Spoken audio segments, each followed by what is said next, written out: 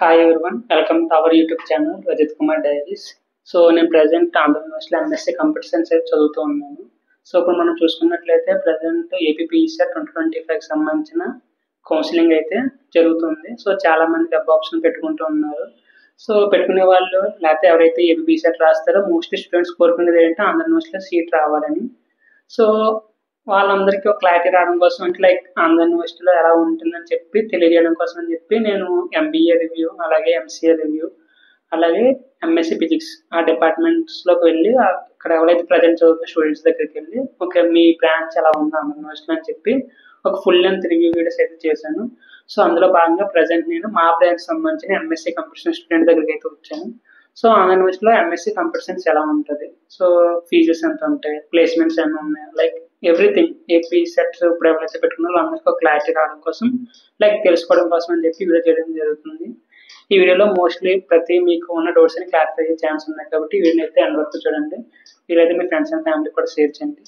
ఇక వీడియోని అయితే స్టార్ట్ చేద్దాం. ఇక మొదలెడదామా?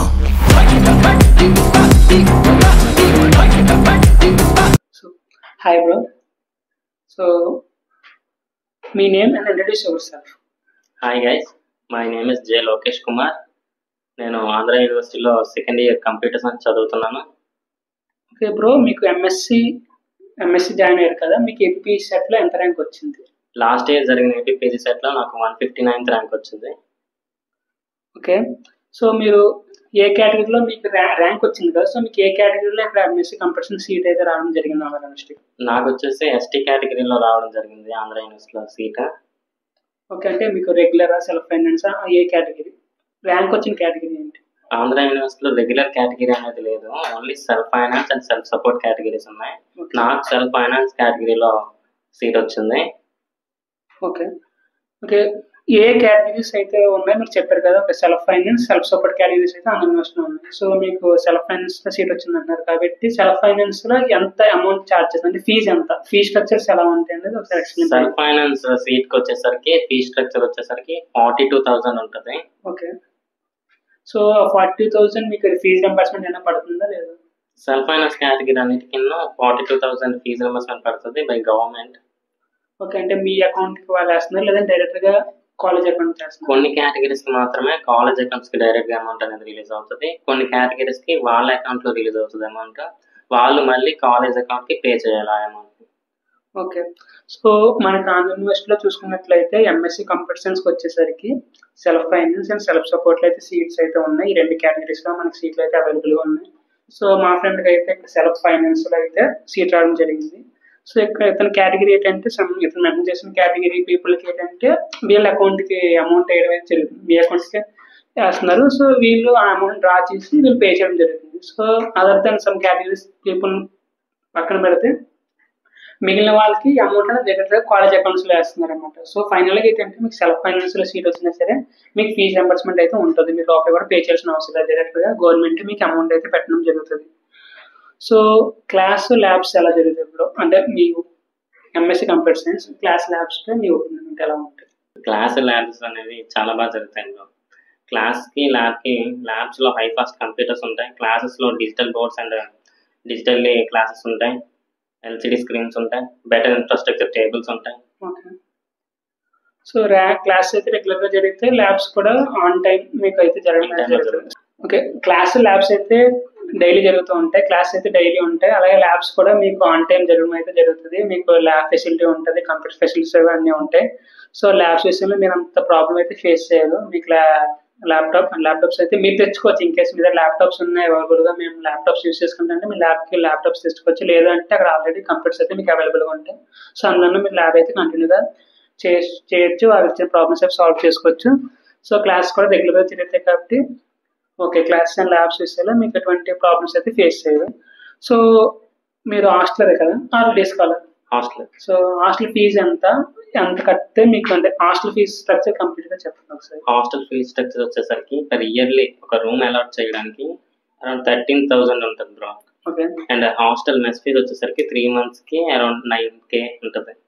ఓకే, సో హాస్టల్ ఫీజు వచ్చేసరికి మీరు ఇన్ కేస్ మీరు హాస్టల్ ఉందాం అనుకున్నప్పుడు మీకు రూమ్ అలొకేట్ చేయాలంటే మీ రిజిస్ట్రేషన్ ఫీజు కింద 13,500 మీరు కట్టాల్సి ఉంటుంది. అప్పుడు మాత్రమే మీకు రూమ్ అయితే అలొకేట్ చేస్తారు. అలొకేట్ చేసిన తర్వాత మీరు ఇక్కడ జాయిన్ అవ్వడం హాస్టల్ ఉండడం జరుగుతుంది. జరిగిన తర్వాత మీరు మంత్లీ ఫుడ్కి అలాగే water charges and food charges కింద 2,500 to 3,000 రూపీస్ మీరు కట్టాల్సి ఉంటుంది. సో అది మీరు మంత్లీ కడతారా లేకపోతే అలాగే అమౌంట్ అనేది? Mess charges and electricity bills 3 monthsly provide చేస్తాను. ఓకే.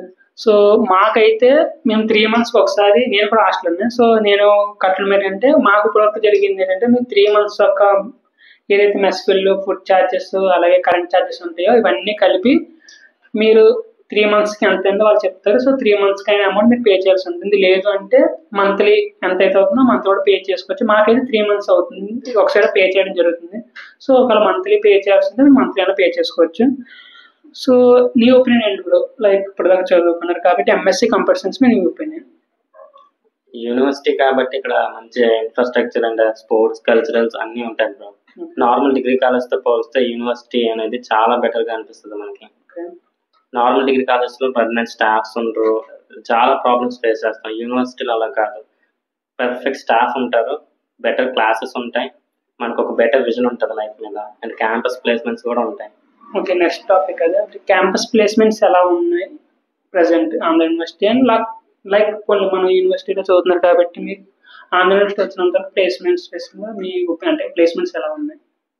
ఆంధ్ర యూనివర్సిటీలో ప్లేస్మెంట్స్ అనేవి చాలా వరకు వస్తాయి బ్రో, కానీ మనలో స్కిల్ ఉండాలి. మనం జాబ్ కొట్టాలి అంటే ప్లేస్మెంట్స్లో మనలో స్కిల్ ఉండాలి. అది క్యాంపస్ అనే కాదు, అవుట్ క్యాంపస్ కూడా మనం స్కిల్ ఉంటే జాబ్ కొట్టగలం. ఓకే. సో ప్రజెంట్ మనం చూసినట్లయితే ఆఫ్టర్ కరోనా మనకి రెసిషన్ రావడం అవి కొన్ని థింగ్స్ వల్ల ప్రజెంట్ మనకి రావట్లేదా అంటే వస్తున్నాయి, క్యాంపస్ ప్లేస్మెంట్స్ వస్తున్నాయి. బట్ ఎక్స్పెక్ట్ చేసినట్టు వస్తున్నాయా అంటే చెప్పలేము. అది వచ్చిన తర్వాత అయినా సరే మీలో స్కిల్ ఉన్నప్పుడు మాత్రమే మీరు జాబ్ కొట్టగలరు. మీకు ఇంకే స్కిల్ టాలెంట్ ఉందంటే మీరు ఆఫ్ క్యాంపస్ అన్నా మీరు వెళ్ళి ఎక్కడైనా సర్వే అవ్వగలరు. సో యూనివర్సిటీ మీద డిపెండ్ అవ్వాల్సిన అవసరం లేదు వన్స్ మీద స్కిల్ ఉన్నట్లయితే. సో ఈ సంవత్సరం అయితే ప్లేస్మెంట్స్ అయితే బాగా వచ్చే ఛాన్స్ ఉందని అయితే మాకు చెప్పడం జరిగింది. మోస్ట్లీ వస్తాయి ప్లేస్మెంట్స్ అయితే, కంప్లీట్గా నిధులు అయితే ఉండవు. ఏదో ఒక విధంగా ప్లేస్మెంట్స్ అయితే తీసుకొస్తారు, ప్లేస్మెంట్స్ అయితే ఉంటాయి. But end of the day మీరు స్కిల్ ఉందా లేదా అదే మ్యాటర్. మీరు స్కిల్ ఉంటే ఆటోమేటిక్గా మీ జాబ్ కాలేజ్ కింద మీరు ట్రాన్స్ఫర్ అవుతారు. సో అనేది మీకు చదవగలరు. మీ ఎక్స్పీరియన్స్ ఏమన్నా ఉంటే షేర్ చేసుకో. ఫస్ట్ టైం యూనివర్సిటీలో చదువుతున్నాం కదా, చాలా ఉంటాయి ఎక్స్పీరియన్స్ అనేది. ఫస్ట్ టైం మనం అన్ని ఫేస్ చేస్తాం, అండ్ హాస్టల్ కూడా చాలా నేర్పిస్తుంది. మనం ఫస్ట్ టైం హాస్టల్లో ఎలా ఫేస్ చేస్తాం, అండ్ లైఫ్లో ఒక్కసారైనా మనం హాస్టల్ సిచ్యువేషన్స్ ఫేస్ చేయాలి. యూనివర్సిటీలో నేను జాయిన్ అయిన తర్వాత చాలా నేర్చుకున్నాను, లైఫ్ సిచ్యువేషన్స్ అండ్ ఎట్సెట్రా. నాకైతే యూనివర్సిటీలో చదవడం చాలా ప్రౌడ్గా ఫీల్ అవుతున్నాను. సో వీడియో చేసేవారికి మీరు ఏమైనా సజెషన్ ఇవ్వాలంటే ఏమి ఇస్తారు? ఇక్కడికి ఓన్లీ ఎంఎస్సీ చేయడానికే రాకండి, ఒక గోల్ పెట్టుకొని రండి. ఇక్కడ ప్రాపర్ లైబ్రరీస్ ఉంటాయి, అన్ని ఫెసిలిటీస్ ఉంటాయి, అన్నిటిని యూటిలైజ్ చేసుకోండి. అండ్ టైం అనేది must important, don't waste time. Okay, thank you bro. So అడగగానే వీడియో ఒప్పుకున్నందుకు. సో చూసారు కదా గైస్, మోస్ట్లీ వీడియోలో మీకు అన్ని డౌట్స్ కూడా క్లారిఫై అయ్యాలనుకుంటున్నాను. సో మీకు ఏమైనా ఇంకా డౌట్స్ ఉంటే కింద కామెంట్ సెక్షన్లో తెలియజేయండి, నేను ఇలాంటి వరకు వాటికి ఆన్సర్ చేయడం చూస్తాను. సో ఈ వీడియోని మీతో పాటు ఇంకా మీ ఫ్రెండ్స్ ఎవరైతే ఎంఎస్సీ కంప్యూటర్ సైన్స్ చదువుదాం అనుకుంటున్నారో, ఎస్పెషల్లీ ఆంధ్ర యూనివర్సిటీ మీద ఎవరైతే ఇంట్రెస్ట్ ఉందో వాళ్ళకి షేర్ చేయండి. సో వీడియో నచ్చినట్లయితే లైక్ చేయండి, షేర్ చేయండి. Thanks for watching, have a nice day guys.